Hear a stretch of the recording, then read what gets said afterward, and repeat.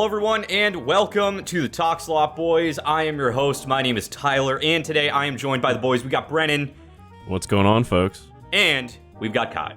How's it going? So, last week, Bilmuri graced us with a brand new album called 400 Pound Back Squat. And, you know, there's a lot of hype for this album. He was saying that it was the best shit he ever made. Which, to be better than his album from last year, Eggy Pocket, that is a feat, because Eggy Pocket was immaculate. And, you know, I don't know if I liked it as much as Eggy Pocket, but I definitely liked it as much as Eggy Pocket. I don't know if it was, like, better, but it was at least on par. I thoroughly enjoyed 400 Pound Back Squat. It was a delightful time. So much, like, uniqueness, so much depth. So much just crazy shit. Like, you didn't know what was going to happen 5 seconds from when you started. You saw, oh, it was so good. Boys, what do you think about this album? Kyle, I want to start with you. What did you think about 400 Pound Back Squat? God, I loved it. I just wanted, it was just like a fresh little pump of steroids in my body. It felt so good. Yeah, I'd agree. I feel like imagine like the classic YouTube tier list where they have like an S tier, an A tier, a B tier, and then they have like the black like lines next to it that you kind of like slide things in, you know? And like sometimes they'll order them within the tiers. Mm-hmm. I'd say both of these albums are S tier. However, I think like Eggy Pocket would be at the top of S tier, and then I think this would be right after it. Because I do think Eggy Pocket, just like the pure complexity of like every moment of that album, still blows me away to this day when I listen to it. However, this album, dude. I don't know why there are country inspirations, but I love it, dude. It's not the first time. There was it's not. 2 albums ago there was Cow People or whatever, and that had the twangy like country guitar thing too. So yeah, I like that he brought that back. It was a good time. I also feel like this album does something that I just like giggled at every time, and it was just like a lot of these songs have like a very chill vibe to them. I would say more so than Eggy Pocket, or at least they start out that way, and then they just have like the heaviest fucking shit hit you like out of nowhere, and then it acts like it never happened. It goes right back to the chill shit. Like there's no like we talk about like the roller coaster and these cool transitions and stuff. Nah, this shit's just like having this crazy ride, and all of a sudden it's just like you're fucking in the pit, dude. Blood everywhere. You're screaming. There's a cowgirl yodeling. It's absurd. And then it brings you right back to the chill, relaxing box fan sounds, and it's great. I had a great time with it. I loved the features on it. It was a great like just talked about experience. It was just so cool, man. I just loved everything he tried with it, and that's just why I love Bilmuri. He just like is willing to try literally anything to make something sound good, and he does not disappoint here. Not at all. Hell yeah, man. Hell yeah. Brennan, are you on the Bilmuri pain train with us? Man, I am just hitting the bottom of that 400 pound back squat. And I'm just about to rise up and complete the rep. This is like, I mean, when he said this was his like best work yet, like there's no way you could believe him. Like Eggy Pocket, like that is a mountain to climb, and I'm not sure that most artists could climb it. But this is like one of the best attempts I've ever heard of that. Like it has everything. Like me and Tyler were talking before this, like it has all kinds of different instruments with solos, and like, you know, like Kyle said, like breakdowns come like completely unpredictably, like out of nowhere. And it's like, it's just such like this cool like amalgamation of like different things that he's trying. And man, it just comes together in such like a totally like fine-tuned package. Like this album fucking rocks for sure. Hell yeah, dude. Hell yes. And now we have to do the thing that is gonna be so fucking difficult. Yes. Because it's this show, and you've read the title of the video. So we are gonna rank every single song on this beautiful, immaculate album from worst to first. I don't know how we're going to do it. Luckily, there's only 7 songs. I don't know if that's gonna make it easier or harder. Fair. But hopefully it'll make this a shorter experience than normal. So before we jump into it, I'm just going to run through every song in the order that it appears so we know what we have to work with, and then we're going to start ranking this shit. So the first song First song on the album is the only single from the album, and that is Lord Farquadzilla. Second song is A Cowboy's Heavy Load. The third song, Jacked and Stacked Mass Monster. I think I got that right. There's no spaces in any of this shit, so it's hard to read them. Next up is Level 99, Roid Mage. Followed by Large, Throbbing, Positive Mindset. The penultimate track is Keeping It Beefy. And to top it off, we have Relaxing Box Fan Sleep Ambient Sounds number 3. Has there been 2 before it? No. That's okay. It's all right. I'm here for the third one. Even just as far as ranking the names go, I mean, he is a master of coming up with the best song titles. It's the best I've ever heard in my life. I tell you what, every single time that we do one of these, you like go through the list of songs and I'm like, all right, yep, let's get to the conversation, but every time you do it with the Bill Murray ones, I just like enjoy it so much. Just like really dwell in this part of the episode, just like, so ooh, good. Yes. I will say though, I think the song with the best title belongs at the bottom. I'm gonna say it. I think Large, Throbbing, Positive Mindset should be 7th. I'm gonna none of these songs are bad. None of these songs are bad. This is the only song that I thought was okay in a bag of greatness. Very good song, but the rest of the songs were very, very good, and I don't know. That was the one song that just didn't stand out to me as much as the other ones. Do you guys agree? Are you in a completely different world? Where are we at? I will say that the song has one like major redeeming quality. Like the breakdown in it, the breakdown's brutal as fuck. Pretty fucking gnarly. I love the breakdown. It's one of my favorite breakdowns on the album, if I'm being honest with you. It's probably my favorite breakdown on the whole album. I guess like where I can see where you're coming from, Tyler, is that the rest of the song really doesn't have a lot going on. Like it is just kind of like the same kind of intro, and then he even brings it back with like the second verse. But like, I mean, it's just like that, like simple chord progression, so like chorus, like right. I get where you're coming from, because the rest of this album has like, it just has so much more packed into it. Like exactly. Like I think in like a regular person's album, this could easily be like top tier material.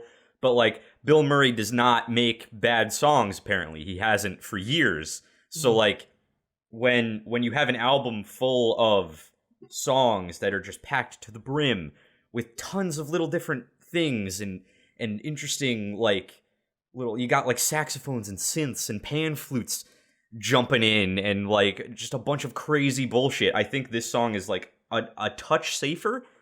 And even though that breakdown is nasty and I love it, I don't think that it hits hard enough to like put it above any of the other just crazy bullshit that the other songs have to offer. And that's just my opinion.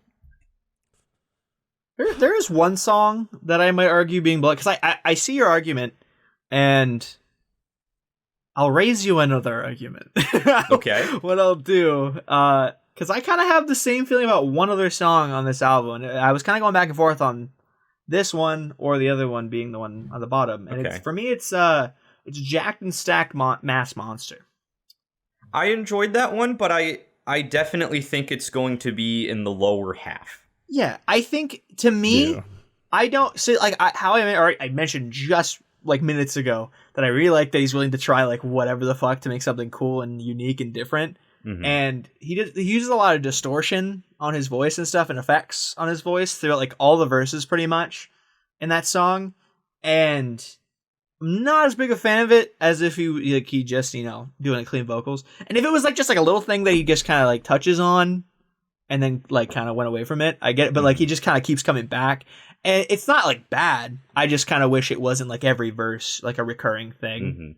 Yeah, I definitely feel that. I also think that the intro to that song sounds very similar to an older Bill Murray song, and I can't place it, and I didn't go back to like actually try to figure out what I thought it sounded like, but I definitely like when I heard it, I was like, this sounds like very familiar, and I don't know if I'm just a crazy person or if this just legitimately sounds like an intro he's already done in like an older album.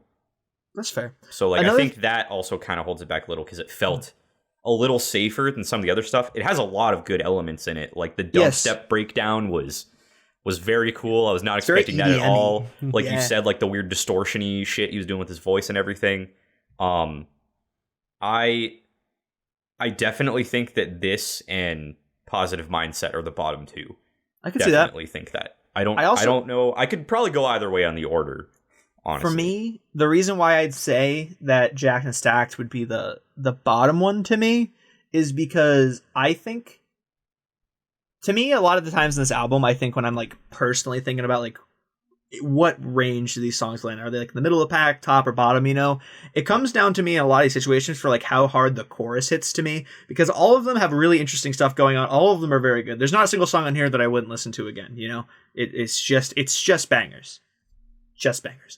And I think that to me, when I like listen to the choruses of the two songs, I think the chorus in Large Throbbing Positive Mindset has way more of like I don't know if it's necessarily catchy or if it just like hits really hard and kind of has like that like powerful momentum going behind it that I just really like feel. It also has at the very last instant of that song, Large Throbbing Positive Mindset, you've got the guy going, oh, and I mean that alone, you know.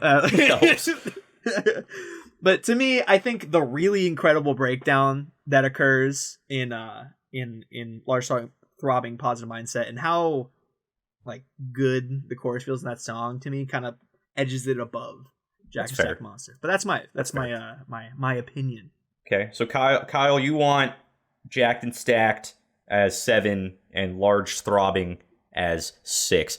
Brennan, where are you at? How do you see this battle?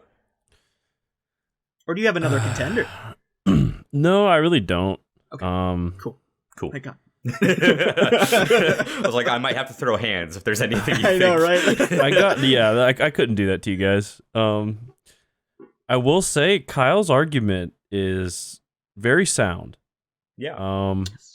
Large and Throbbing Positive Mindset, like after like re-listening to both choruses, like again, that coupled with like the sick nasty breakdown that's in there, I think gives Large Throbbing the edge.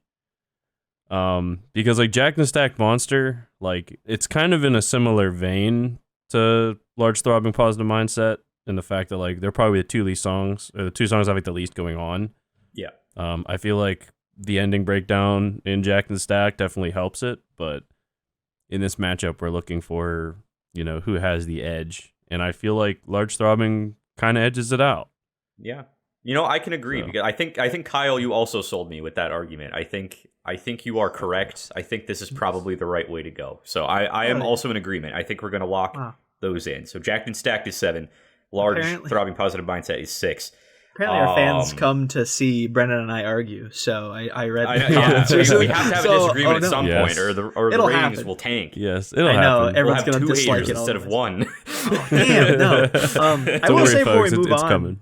I would like to say, because I kind of just talked mainly negatively about Jacked and Stacked, and I don't want to just shit on it altogether because I was like kind of making points against it.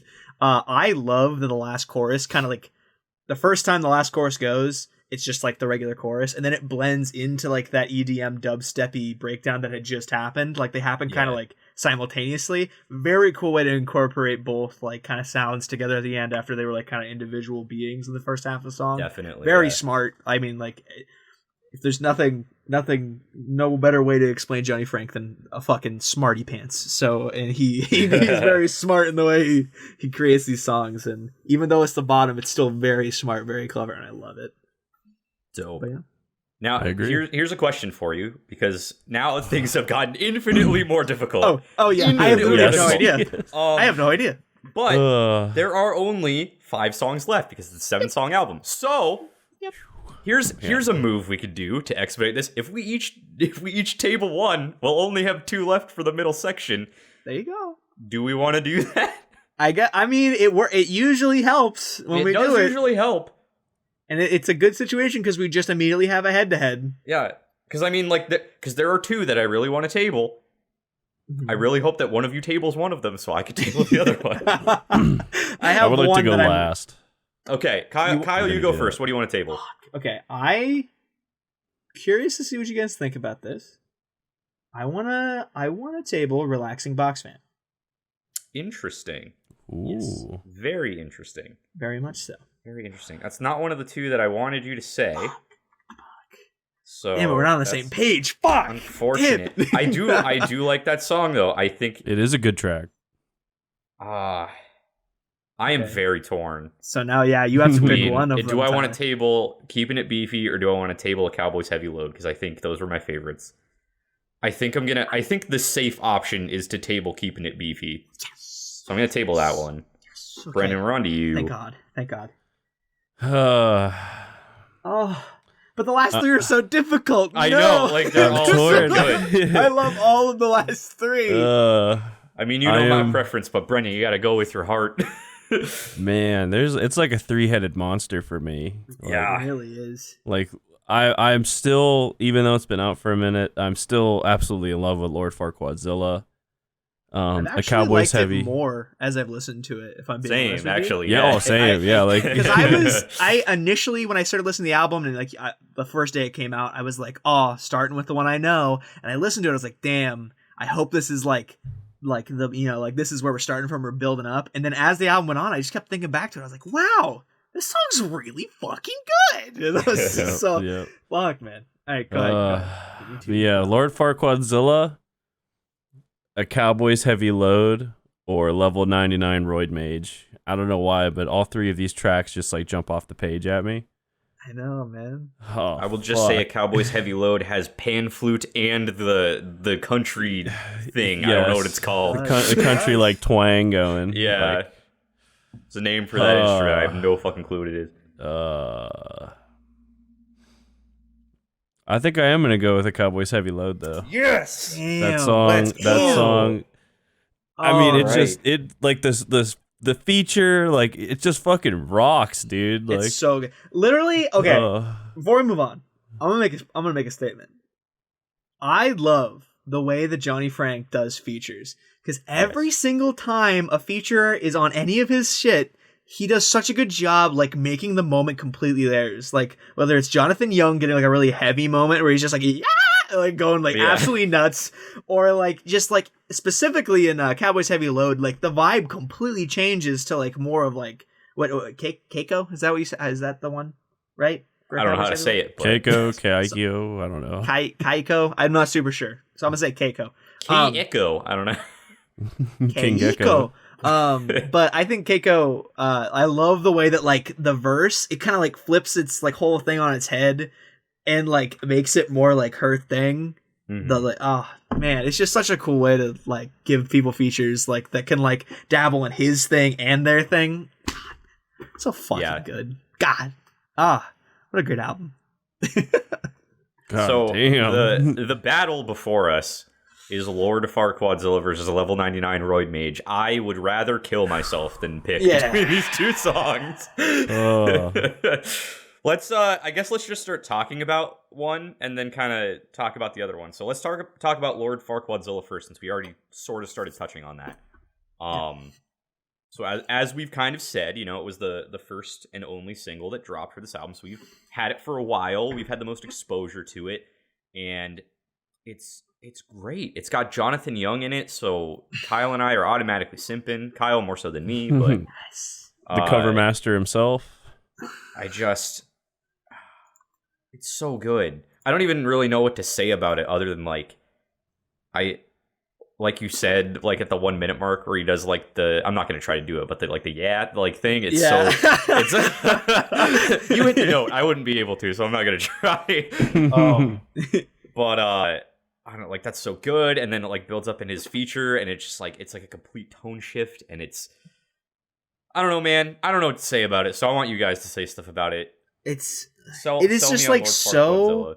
It is like because we were talking about like how this album does a lot of things where like it kind of like does the roller coaster but abruptly, and I think this song like is so cool in the way that it does that, because like you have a very chill vibe in the verses where it kind of picks up a little bit in the choruses, and I love the choruses. It like when I was saying that like when I compare these songs, I kind of like do like head to head to the choruses most of the time now, because everything else about them is so fucking cool and technical, like nearly to the same level, that I can't help but be like, which one feels even better?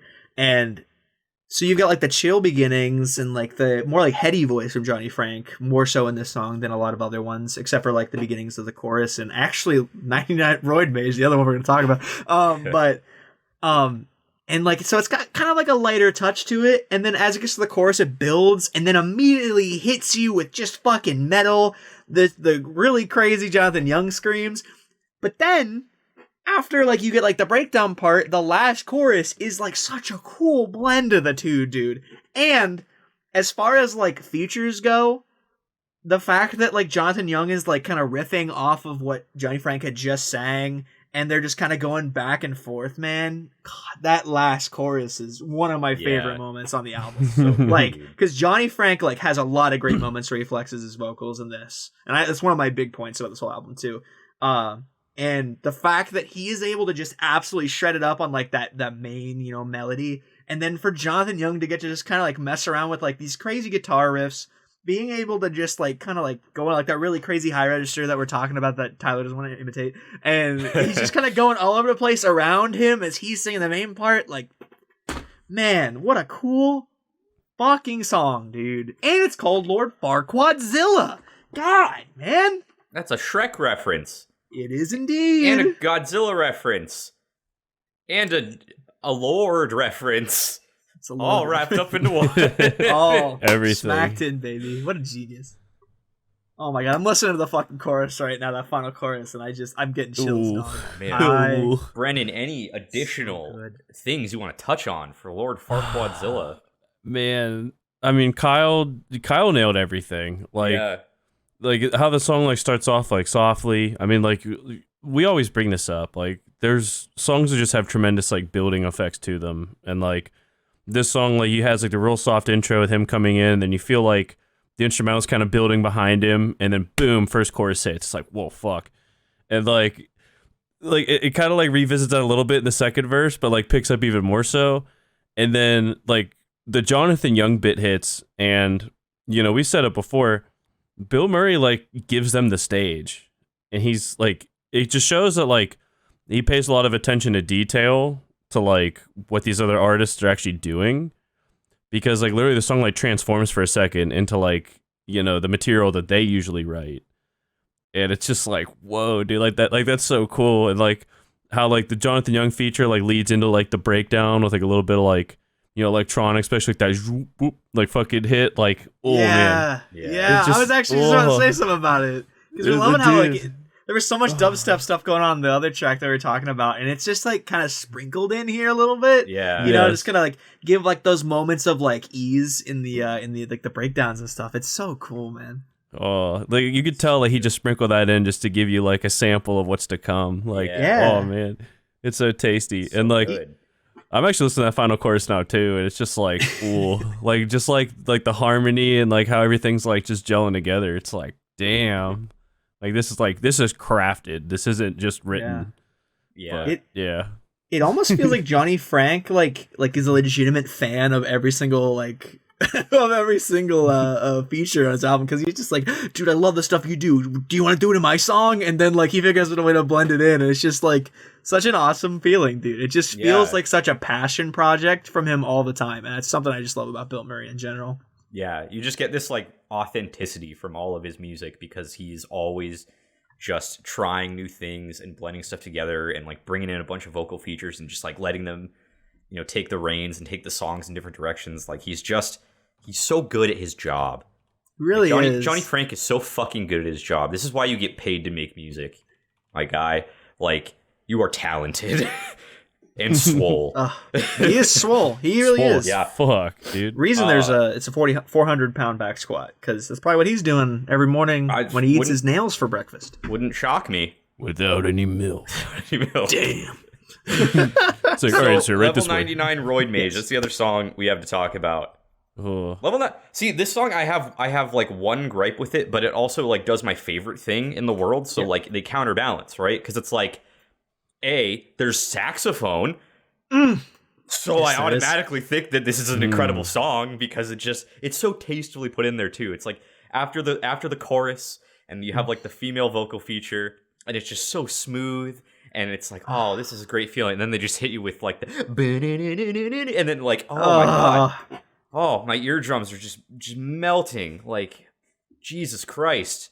Bend me over and lick my ass. It's so good. It's so good. I love it. And then the one thing that I don't like about this song though, there's like a weird like glitch cutaway thing. I think it's like before the second chorus. Yes. And I didn't really like that. It kind I of don't- like yeah. I like the idea, but I think that like the way it was done, it just kind of felt jarring and it kind of like pulled me out of it. I don't know if that's like a big enough gripe for me to say that this should be automatically like below Farquadzilla, but I had that in my notes, so I wanted to bring it up. I don't think, for me, my personal take on it is like I agree with the feeling, the sentiment of it. But it obviously was purposeful, you know. Yeah, definitely. So like, and like it's not like a oh my god, fuck this shit, I hate oh my god, worst song ever, you know. Like it's just like a weird little thing. He obviously a quirky thing like the mouth sounds and keeping it beefy, you know. Like I don't love it, but like it's there and it was purposeful. So I love those sounds. But to me, it's a little odd and takes me out of it. But obviously, he wanted it there for a reason. I'd be curious to know, like, if he ever did a Q&A, that would be the question I ask him. That and why did you put mouth sounds at the beginning of Keeping It Beef? Yeah. Kyle, reach out. You seem to have luck with getting people to either like or respond. Yeah, reach out with him. Yeah. When we post this, just ask him. Because if any one of us would have a shot at actually getting him to answer that, it'd be you. He's very like responsive on like Twitter and stuff. So maybe we'll see. Yeah. I'll have to tweet at him, see what he says, see if I get a response. Who knows? Dude, I guess I don't want to stop. Did you have more to say about this tune before? Oh, I mean, no. Those were just kind of the two things that I really wanted to like focus on because the thing is like a whole package is an immaculate, beautiful song, and I love it, and I fuck with it super hard. Those are just like the two major points that I wanted to touch on. But what did you got, Brennan? What did you think about Level 99, Roid Mage? I get the gripe. Like, I remember the first time I heard this song, like, I wasn't too sure if, like, my Spotify acted up. Right? Yeah, I kind of thought the same thing. Because I was like, I listened to it, like, once in my truck, and then, like, I listened to it today again while I was doing dishes. And, like, I remember, like, I'd stop for a second just to, like, check the TV because, like, college football. And, like, because I was playing, like, while I was watching, and I heard it. And I was like confused. I look at my phone and I see that like the time in the song isn't like changing or anything like wonky going on. And then the song came back and I was like, wait. So I like rewinded a couple of times just to like make sure that was what it's supposed to be. But I totally get that gripe. I mean, does it hold the song back at all? I mean, maybe in this matchup, but like I don't think it makes the song like unlistenable. Like Right. Yeah. You know, it's not like something that just ruins everything. Because, like, you know, like the feature in it's real nice. Like, it's not. The feature's not like his other features in the fact that, like, it's kind of like just the chorus and, like, she's, like, involved with it. Like, him and her are both, like, singing it out, like, together. I mean, it's gorgeous, but, like. So good. But, like in all these other songs, we hear it. Like, the song literally changes. And then, like, boom, like, here's my feature. And it's like, ooh, that's such, like, a neat, like, fucking paying homage. But it's a good point. But then, like, you know, like the sax, fucking sexual. Like, the little breakdown's pretty fucking lit. Like, the song has a lot of good things. But I feel like it should be beneath Lord Farquadzilla.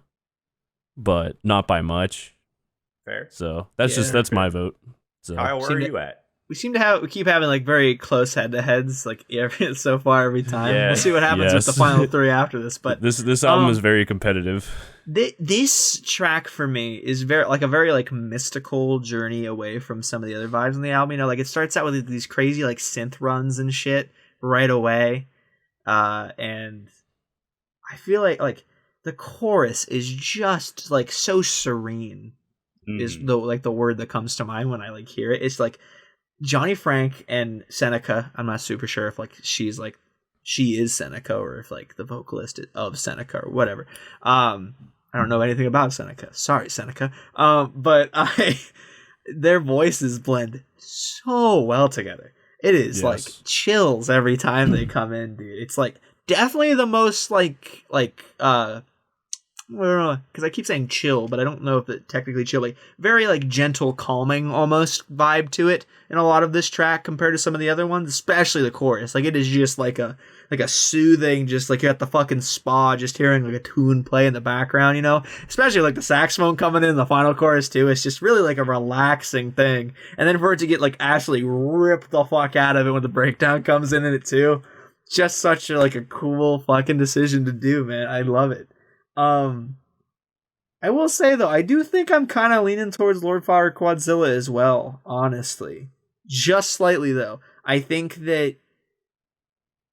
maybe the biggest thing for me is that like while their like duet in the chorus is gorgeous, it sounds phenomenal and I adore it.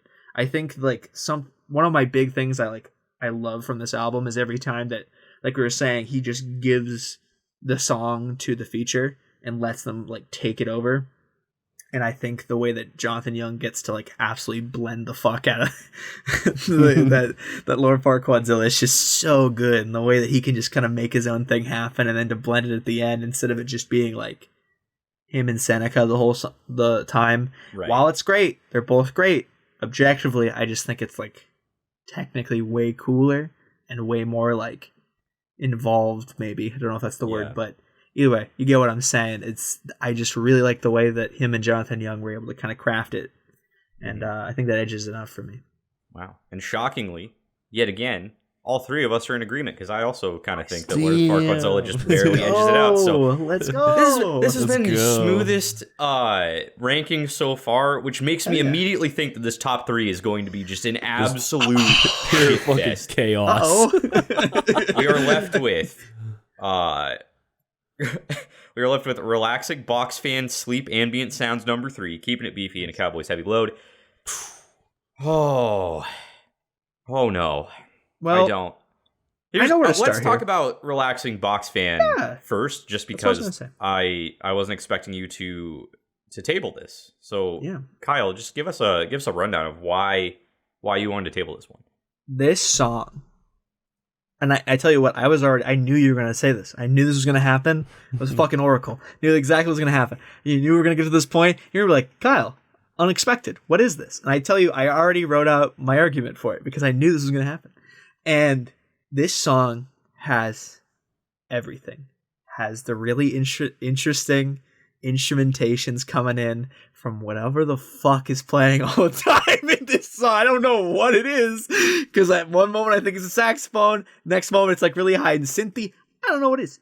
It's really cool though. Yeah, I love it a lot. I just wrote it as the synthy thing in my notes, because it starts out in like when it has the solo, it's like synthy, and then like the last half of it, I think it's saxophone. Like, did it change into? Is this now a different instrument? Is it the same instrument? It could have. What's going on? I don't know. There was a harmonica at one point. There was a harmonica as well.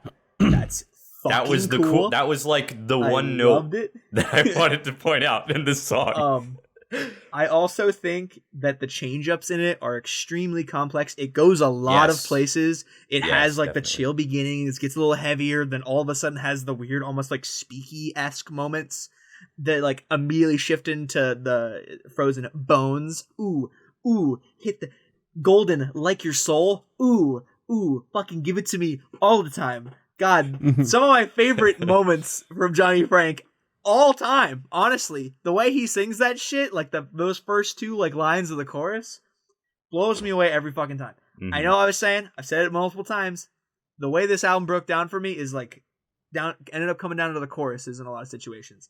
This is my favorite chorus on the album. It's so catchy. It's so fucking groovy. He gets to just like fucking tear into like the higher registers and also gets some lower moments in this song. It has a lot of crazy cool instruments. It has the weird break, like changes in fucking tune. It has a heavier moment.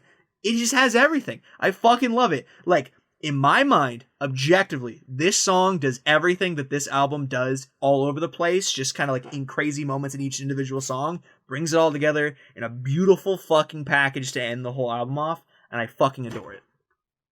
You know, after hearing that and looking over my notes, you're correct. Yeah. It's pretty much everything you just said. Hell yeah. Wow. It is a very full package of a song. But I would also argue that none of the songs in the top 3 fail to be a complete Johnny Franck package. That's fair. That's fair. My argument is that it's like the best representation That's of fair. like That's the fair. full image of this album. If you were to like dissect it, this brings it all together. And it's awesome. Fair. That's also the album ender to kind of like wrap things up and bring it, to like a Mhm. finale of such. I love it. But I will tell you, it doesn't have one thing, though.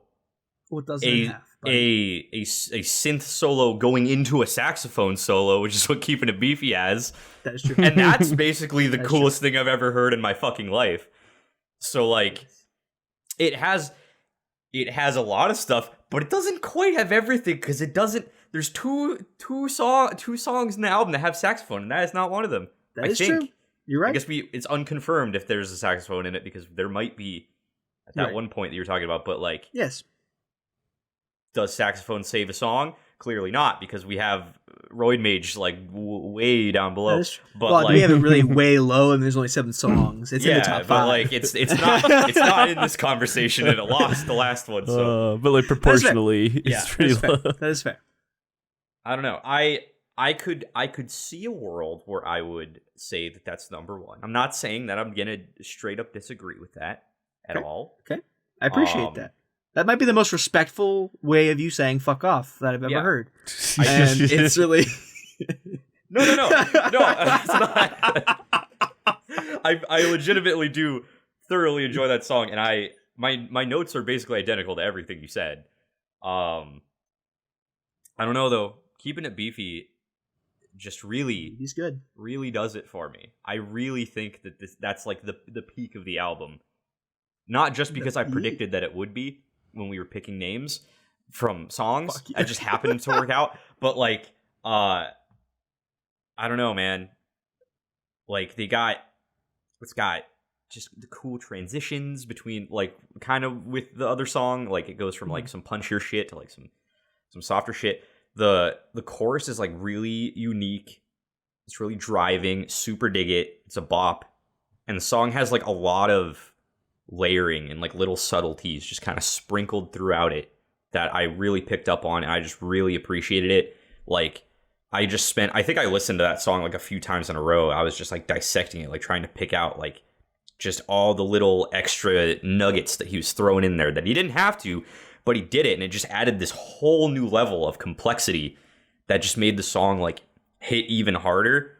And then there was the fucking synth solo that goes into a sax solo, and in my notes I have it in all caps that it was life-changing, and it was. I'm a different person now than I was before I experienced this song. That shit was wild. I went from like, this is a really good jam. Ooh, synth solo. This is funky. Saxophone. What the fuck? Like, it's just everything I could possibly want. It's just coming right after another, and it blends together so smoothly and so well, and it shouldn't at all, but it does. And that's the magic of Bilmuri. It's just, he takes these things that shouldn't exist in this scene at all, and he mixes them together in a way that just works, and it's so unique and so fresh, and it's so good. And there's more sax and synth at the end to like top it off. I don't know. To me, I just feel like when he wrote this song, he was like, he saw me, he saw like a vision of me, and he was like, I'm gonna do this for that kid with the big nose. Wow. Wow. I can make something that's really gonna resonate with him, and I don't know him, but I'm doing it, and it feels right, and it was right. And thank you, Johnny Franck, for writing a song that just gave my taint all the good tingles, and it was a delightful time. But also, a Cowboys Heavy Load was like super good too. This is one of the closest top 3s we've ever had. Oh, I think it might be, actually, the more I'm thinking about it too. Because, like, you're talking about, Keeping It Beefy, dude, and, like, God. Like when I go back to like my chorus head to head, this is like also like top tier. Like Yeah. arguably like neck and neck with Box Fan for me, honestly. I do Brennan. think that like I like both of these choruses a little bit more than Cowboys Heavy Load, if I'm being 100% honest with you. It's close. It's still close. I think the easiest thing to do for now, just so we don't overwhelm ourselves, since we've already talked about these two songs, let's just compare these two and decide which one we like better overall. Brennan, you haven't talked about either of these songs, I don't think. So, like, we've just been talking about the story. Well, I want you to just give us your thoughts and opinions on both of these tracks and where you think, if you can make a decision, what you think is better between Keeping It Beefy and Box Fan. Man, so not to be too redundant, you guys said pretty much most of what I was thinking. So this is, I guess, going to be what I think of what you think. So Relaxing Box Fans is, I mean, I say this about a lot of things, but it really is a masterclass of like transition and like how to like strip something down real quick. Mm-hmm. Because a lot of bands can kind of fail at like transitions and like making them feel like clunky and awkward. Right. But like Bilmuri is an absolute mastermind at pulling that off. And like in this track, like especially with it being the last on the album, like it's absolutely like pinpoint how he just like executes the track. And it's like everything that the album has to offer just rolled into one. Minus a couple of like minute details that Tyler points out, but he doesn't have twangy guitar either, if we're really getting nitpicky with you. I know I'm the one who threw it out there, and I'm now putting notes against him. Yeah, these songs offer like little different things, so it's like they really do. And I think that speaks volumes to like the variety that Bill Murray always comes up with. Definitely. Like our top three have three completely different things. Like that is lit. So yeah, like, as it should really be. I mean that and this damn chorus, dude, it just hits. It's just so good, it's man. So cool. good. Like it probably is. I mean, it's like picking a favorite kid, but this is like, I mean, this probably is like objectively like the best chorus on the album. Like it's just like the flow of it, the catchiness, like it just hooks you right in. Like, you know, like the guitar, the chord progression behind it, like it's just like like the timing, like everything is just so top notch. Like Bill Murray can write pretty much most bands' music, but nobody could write Bill Murray music. Like right, exactly. Yeah, really. That's such a good way of putting it, dude. And I mean that's Relaxing Box Fans. Like it just nails everything. Like so like pinpoint execution. But then we do have Keeping It Beefy. And Keeping It Beefy is probably a little bit of like a flashier track. See that? I don't want to say it like it has more going on because I really don't think that's the case. But just like its highlights are just a little bit brighter. Like the synth into the sax solo. Like I mean, like Tyler said, it was like the Vince McMahon from WWE meme where he's like relaxing his chair, like you're like when the next thing like hits him, like he's like losing his fucking mind. Throw it up on screen. They're fucking is. That's how we all felt. Like, oh my god, it's so accurate though. It really is. I was sitting like I remember I was in my truck when I first heard it. And it's just like what? Like yeah, it just like keeps escalating. It's so good. Like it's just such a fucking just a full fucking like here's what I do, like fucking like just eat it. And like Tyler said, like this is like absolutely like marketed towards us. Like, it really is.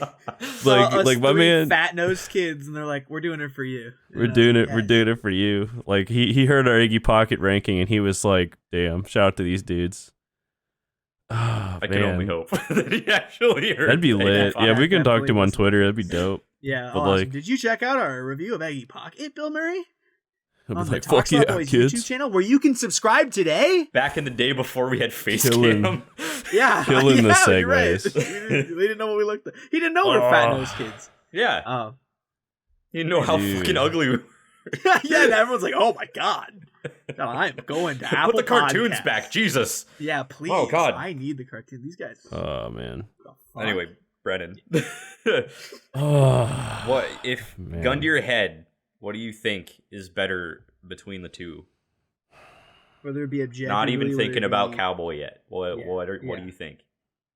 Man, in this situation, it's probably me holding the gun. Straight up, like. Wow. This might be one of like my hardest decisions of all time. Is this gonna be just a straight up tiebreaker? Like, I know, Kyle, you're probably going for your pick, and I'm probably going for mine. Like, yeah, Brennan, I think like the fate of the world is just in your hands. Yeah. Like, you were just, and the best, you have to kill one of us. We don't have another song. We still have another song. Rather, this isn't it. This is the number one. This is just like the first execution of a few. Yeah.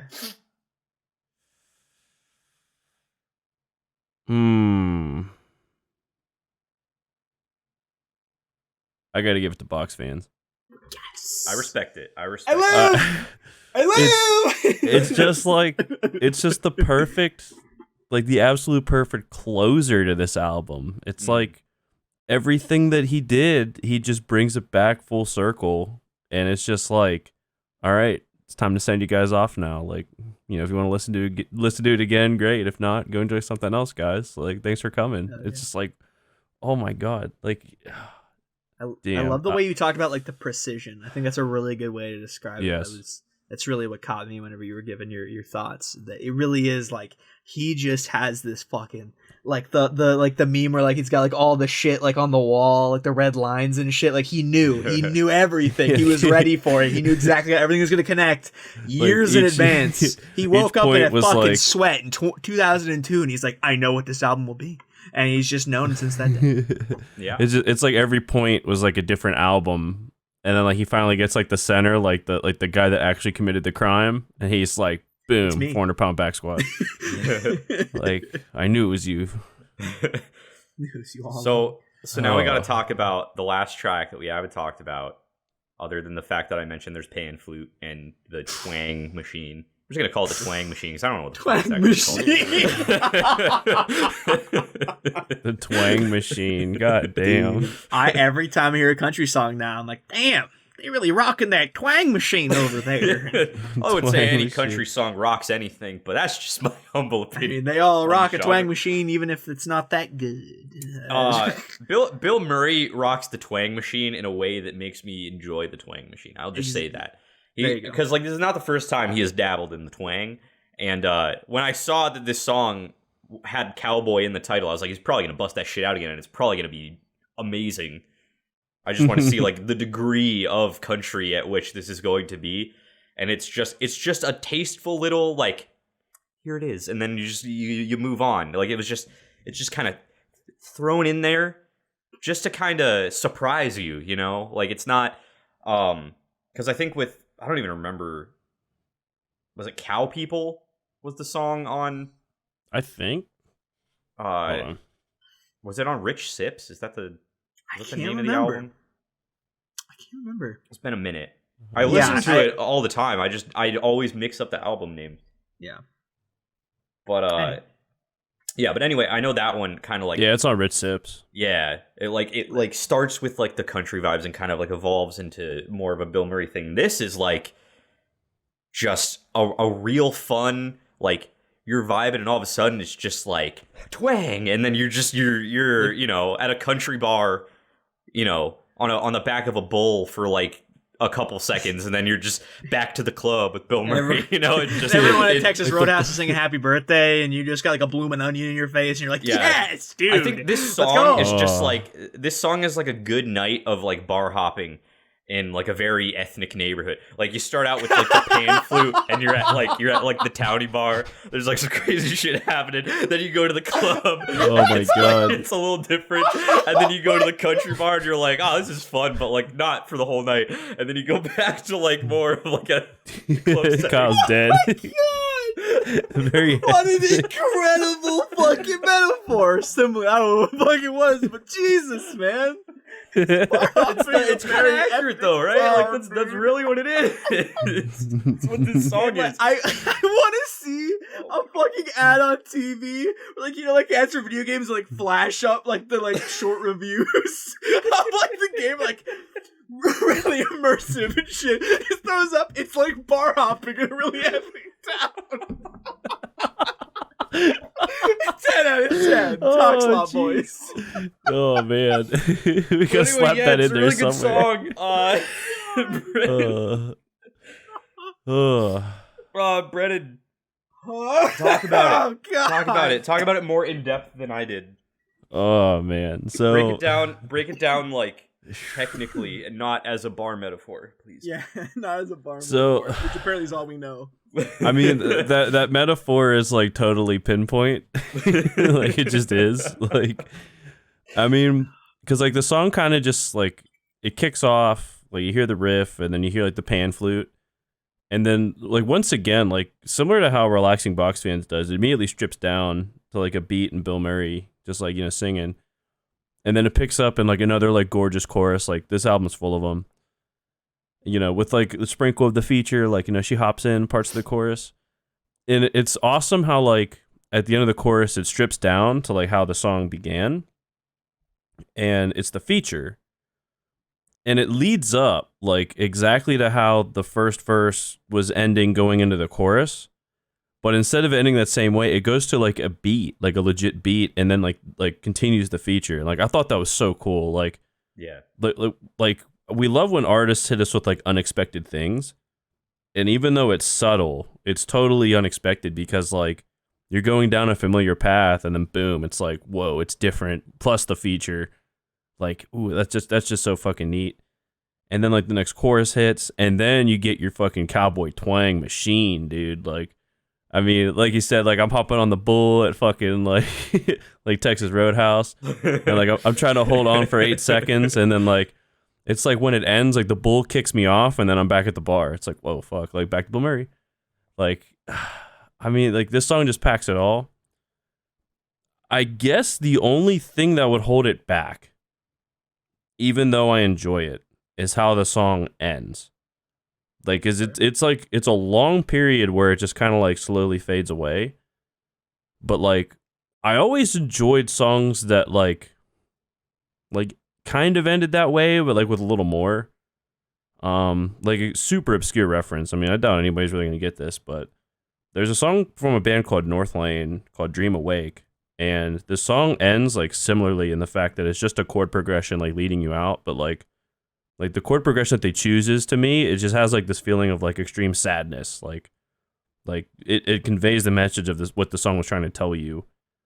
And it's kind of like, it's similar here, like obviously like in a totally different meaning.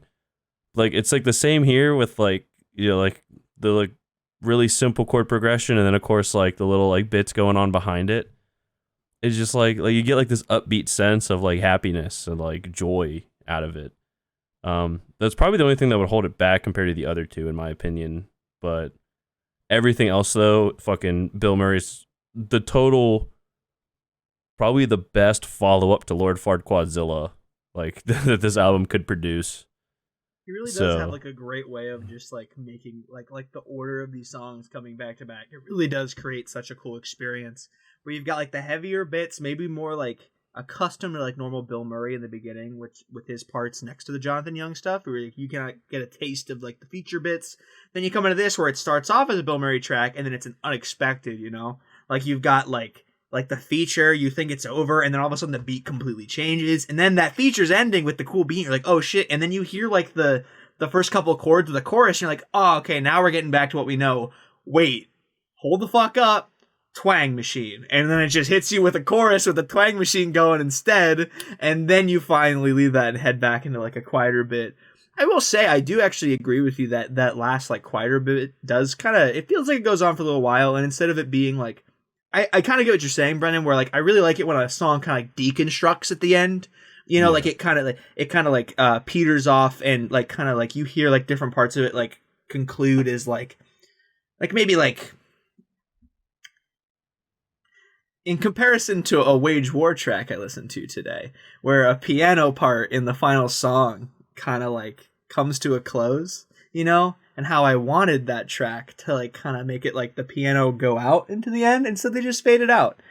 You could check out our review of Wage War's album. We're doing that next. That's going to be a much less fun conversation. If you want to hear me rage about that song I just talked about, you can check it out. I didn't like that song. But anyways, I I love the way that like songs will deconstruct, you know, and I do feel like this one kind of like hits a lower point and then just kind of like simmers out more so than just kind of like it being like an arc out, you know, like a gradual thing. So if there was anything to give against it, I guess that could technically be like an objective point against it. But just the cool stuff that it does the entire rest of the song though is just so awesome to me.